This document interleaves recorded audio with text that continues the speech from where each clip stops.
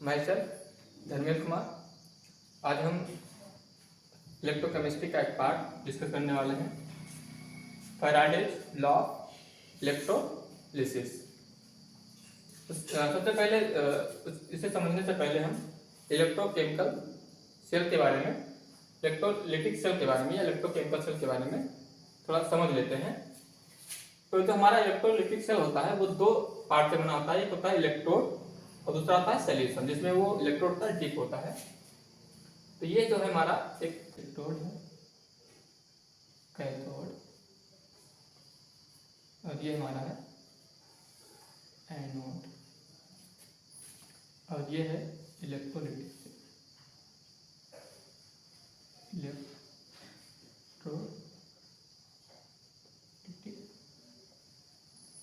Solution. मान लेते हैं FeSO4 इसमें घुला हुआ है। तो सबसे पहले फैराडेज लॉ ऑफ इलेक्ट्रोलिसिस के बारे में, फर्स्ट लॉ क्या कहता है उसके बारे में जानते हैं। तो जो कहता है कि मास of substance deposited at particular electrode. जिसे मान लेते हैं कि ये हमारा एनोड है, तो इस पे क्या जाएगा, एनायन जाएगा। एनायन नेगेटिवली चार्ज होता है, जाके इस पे डिपॉजिट होगा। या मान लेते हैं कैथोड जो होता है कैटायन, इस पे कैटायन डिपॉजिट होगा, जाके डिपॉजिट होगा यहाँ पे, इस पे कैथोड पे डिपॉजिट होगा। तो जो मास ऑफ सब्सटेंस जो है डिपॉजिटेड पार्टिकुलर इलेक्ट्रोड, तो हम मानते हैं जो हमारा जो मास जो सब्सटेंस है, जो सब्सटेंस का मास डिपॉजिट हुआ है, चाहे कैथोड पे डिपॉजिट हुआ, आइदर कैथोड या आइदर एनोड पे, वो डायरेक्टली प्रोपोर्शनल है, directly proportional to amount of charge passing through electrolytic solution. Electrolytic solution, जो हम इलेक्ट्रोलिटिक सॉल्यूशन में चार्ज पास कर रहे हैं, चार्ज यानी कि करंट, चार्ज यानी कि करंट जो आई पास कर रहे हैं उसके प्रोपोर्शनल होगा। तो आई जो यहाँ पे Q होता है, चार्ज है, Q is equal to I into T. ये क्या है, करंट है, आई क्या है, करंट। तो जितना ज़्यादा करंट यानी एम्पियर जितना ज़्यादा पास करेंगे, उतना ज़्यादा हमारा जो है, जितना ज़्यादा चार्ज पास करेंगे उतना ज़्यादा हमारा वेट यहाँ पे कैथोड या एनोड पे डिपॉजिट होगा। तो W बराबर, जब W जो वेट है, जब प्रोपोर्शनल हटाएंगे तो एक प्रोपोर्शनल कांस्टेंट लगाएंगे जो होता है जेड। तो जेड हमारा क्या है, जेड हमारा है electrochemical equivalent constant.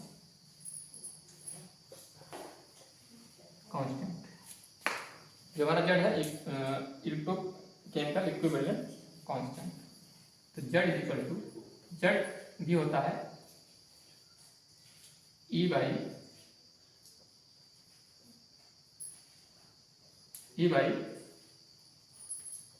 F. अब E क्या है और F क्या है, E क्या है, F क्या है। E है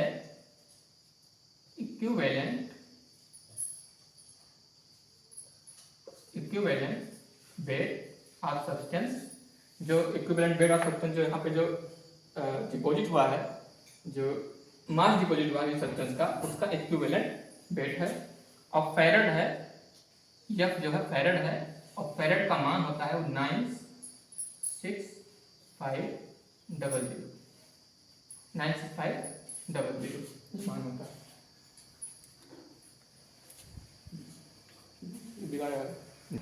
चलो, तो अब हम W बराबर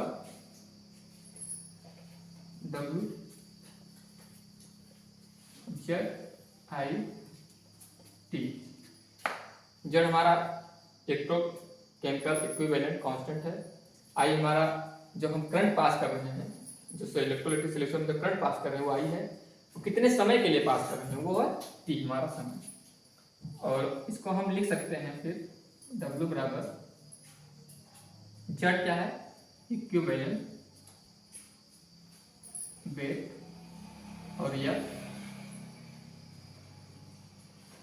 into I T.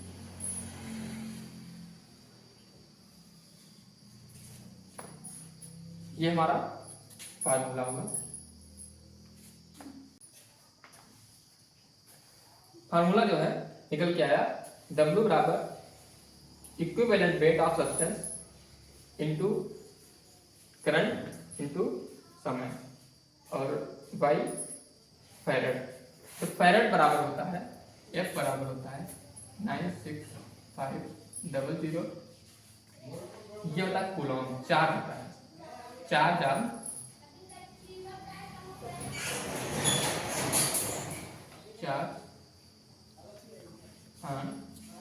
One mole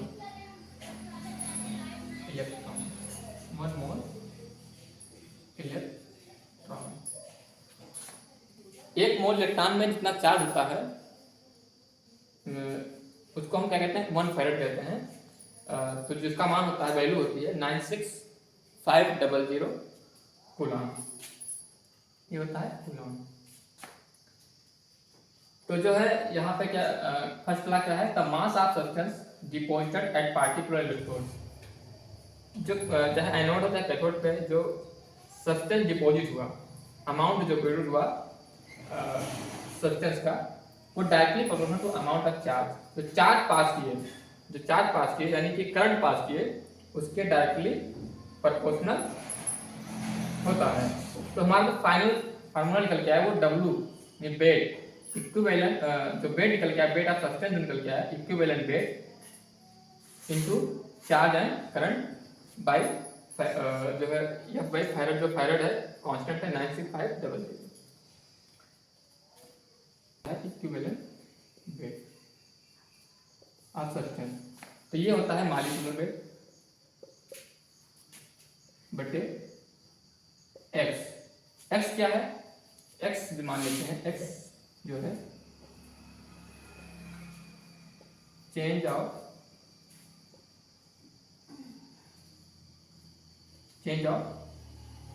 electron. मतलब जैसे मान लेते हैं आयरन, आयरन +2 कैथोड पे जो डिपॉजिट हुआ आयरन के फॉर्म में एट द कैथोड,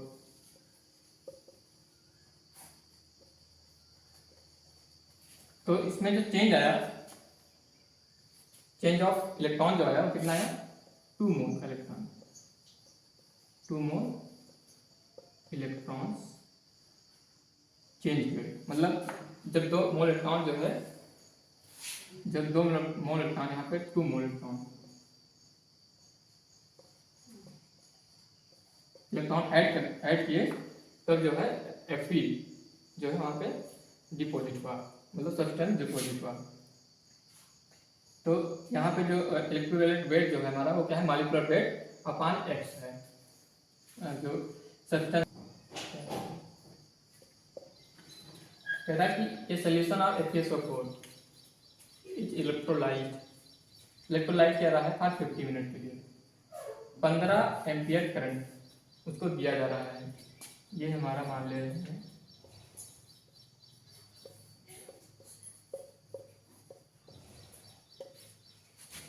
ये है एनोड, कैथोड,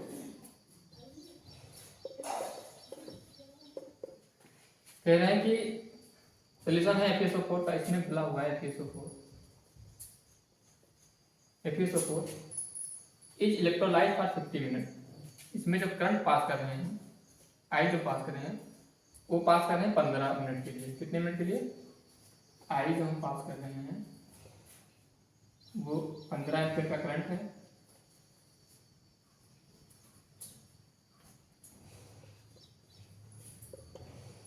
पंद्रह मिनट करंट पास कर रहे हैं, कितने मिनट के लिए, टाइम कितना है 15 मिनट। तो what amount of iron is deposited at cathode, मतलब कैथोड पे जो यहाँ पर कैथोड है, कैथोड पे जो आयरन है Fe+2 कितना डिपॉजिट होगा, W पूछ रहा है। तो ये सीधा डायरेक्ट हमारा जो है फार्मूला बेस्ड क्वेश्चन है। W बराबर equivalent weight upon 96500 I into T. तो टी यहाँ पर जो हम रखेंगे वो सेकंड में रखेंगे, तो टी तो सेकंड में रखेंगे तो इसको हम 60 से गुणा कर देंगे। ये मिनट था, 60 से गुणा किया तो कितना आ जाएगा सेकंड।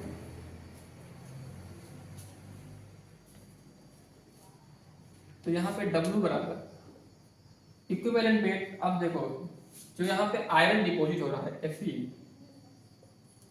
Fe+2 वो डिपॉजिट हो रहा है किसमें, Fe में। तो यहाँ पे जो चेंज आएगा इलेक्ट्रॉन का कितना आएगा, 2 मोल इलेक्ट्रॉन। यहाँ पे 2 मोल इलेक्ट्रॉन जब देंगे, जब 2 मोल इलेक्ट्रॉन देंगे तब 1 मोल जो है हमारा, जब 2 मोल इलेक्ट्रॉन, जब यहाँ पे हम 2 मोल इलेक्ट्रॉन्स देंगे Fe+2 तो हमारा 1 मोल आयरन डिपॉजिट होगा,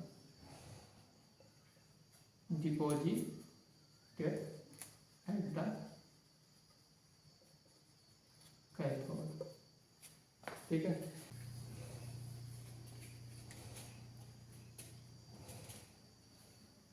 तब यहाँ पर हम मान रखेंगे W बराबर इक्विवेलेंट वेट। अब आयरन का जो है,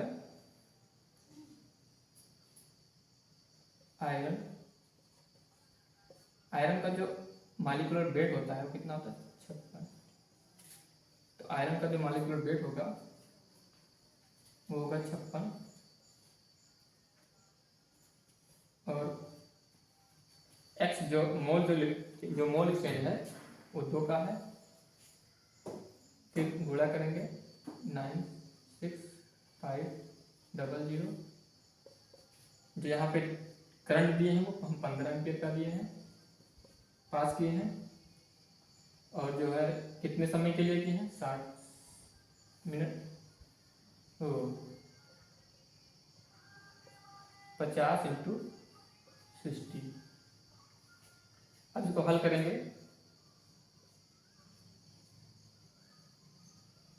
कट गया, 2 से काटेंगे 3 कट गया,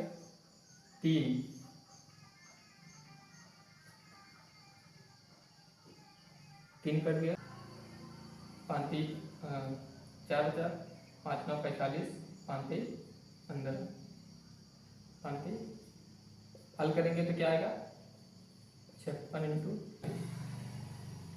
15 क्या 45 और जो है 193।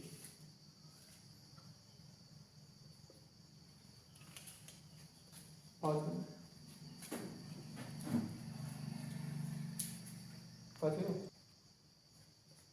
13.05। इसको हल करने के बाद 13.05